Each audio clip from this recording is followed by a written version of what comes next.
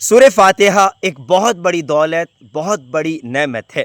ایک روایت میں آتا ہے حضرت حسن بصری رحمہ اللہ نبی مکرم صلی اللہ علیہ وسلم کے آزاد کردہ غلام حضرت سالم رضی اللہ عنہ سے نقل کرتے ہیں کہ جس نے سورہ فاتحہ کو پڑھا گویا کہ اس نے تورات، انجیل، زبور اور قرآن مجید کو پڑھا ہے۔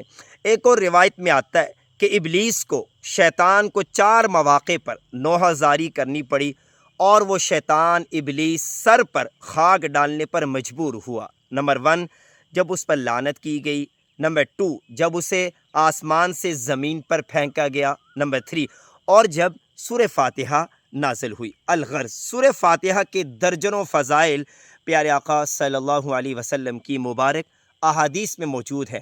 پریشانیوں کا، بیماریوں کا، مصائب کا حل سورہ فاتحہ ہے، اس کا اہتمام کرنا چاہیے۔